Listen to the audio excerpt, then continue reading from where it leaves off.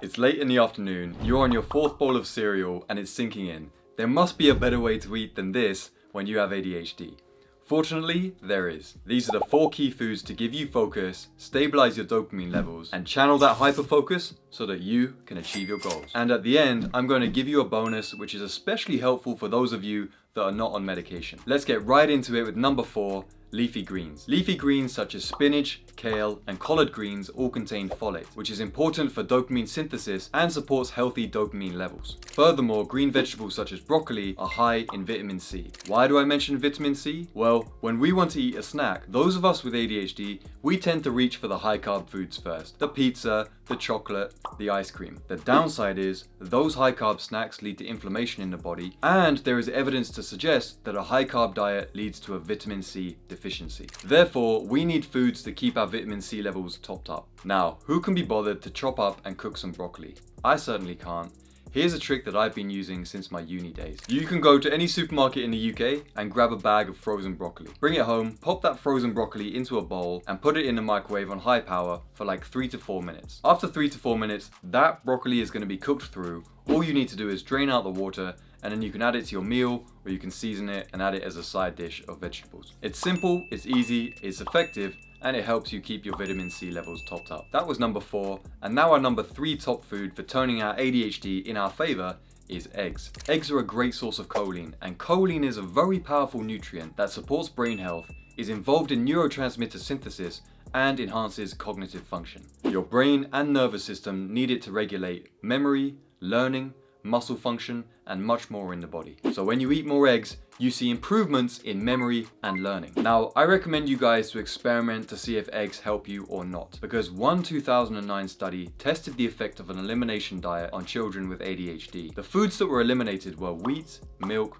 food colorings, and eggs. And they found that eliminating those foods improved ADHD symptoms in some of the kids. So there's mixed evidence there. Personally, I find that having some eggs with my lunch does really help to improve my focus and keep my energy levels balanced throughout the afternoon. And I recommend you to experiment to find what's right for you. Take a week with eggs, take a week without eggs, and compare your ability to focus on each week. And if you want to see my personal hack for getting perfect eggs every single time, then check the link in the comments. Number 2 on the list is healthy fats. And one healthy fat, which we will look at in a minute, is particularly powerful. In spite of what the corrupt food industry would have you believe, eating fat is very, very good for you. It's good for your skin, it's good for your hair, it's good for your nails, it's good for your cells, it balances your hormones, and much more. And in the context of ADHD, you want to be eating more fat as a whole, because including fat in your diet helps to blunt those nasty blood sugar spikes, which are going to cause you to feel restless and hyperactive. If you frequently eat many carbs, and you try sitting at your desk and you're feeling fidgety, your legs are twitching, try to cut down the carbs and include more fat in your diet, and I'm sure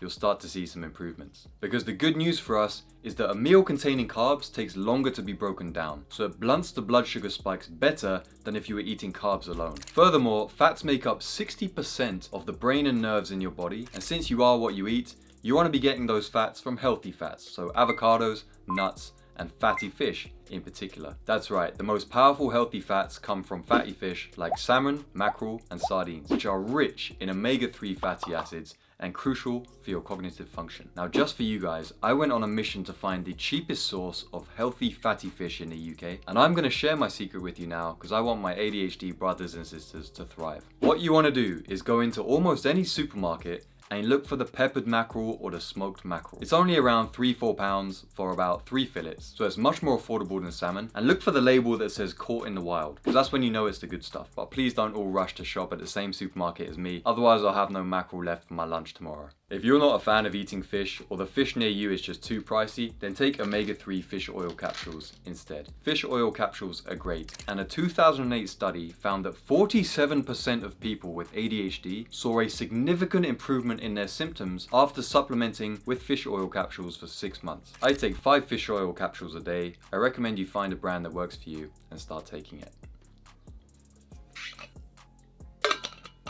Now, as we segue into number 1 on our list of nutrition to improve focus and attention, allow me to share a story with you guys. For my first 2 years of university, sitting down to study was a total nightmare. I was restless, I was fidgety, I was easily distracted. And finding the focus to even write an essay took every ounce of willpower. And then all of a sudden, in my final year, things just seemed easier. I was able to focus more, complete my assignments early, and I averaged a first in my final year at uni. So what changed? Thinking back to it now, I did make one big change in my life. I took up weightlifting, and with that, I began eating a lot more protein. With the increased protein in my diet, I found it easier to focus, which brings us to number 1 in our list: protein-rich foods. That's right, foods such as meat, dairy, and legumes, which are high in protein, are therefore also high in an amino acid called tyrosine. Now, tyrosine is a precursor to dopamine, and if you want to understand why that's so important to channeling your ADHD focus, allow me to dip into the science for a moment. The ADHD brain needs more dopamine for motivation and focus. Whilst foods can trigger a dopamine release, they can't increase the amount of dopamine that is available in the brain. However, you can eat foods containing tyrosine,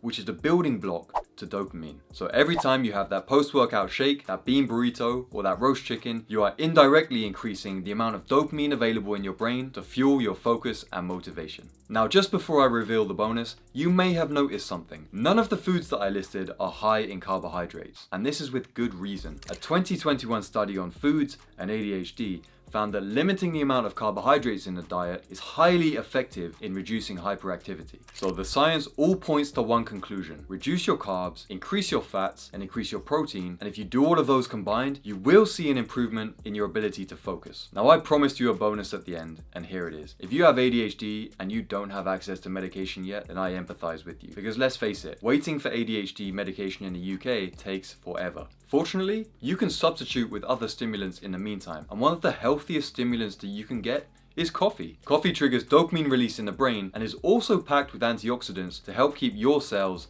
really healthy. So if you are stuck on that waiting list waiting for meds, then you can substitute with coffee in the meantime. But be careful though, there is a trick to having your coffee without affecting your sleep. Let's say you're waking up at 7 a.m. You want to aim to have your coffee somewhere between 9 a.m. and 11 a.m. Any earlier than that and you mess up your adenosine levels, and any later than that and you'll mess up your ability to get a good night's sleep. And you can enjoy the benefits of a nice coffee and a good rest at night. Diet is just one of many factors you can use to improve your ADHD. Keep an eye out for my videos so you can see the rest.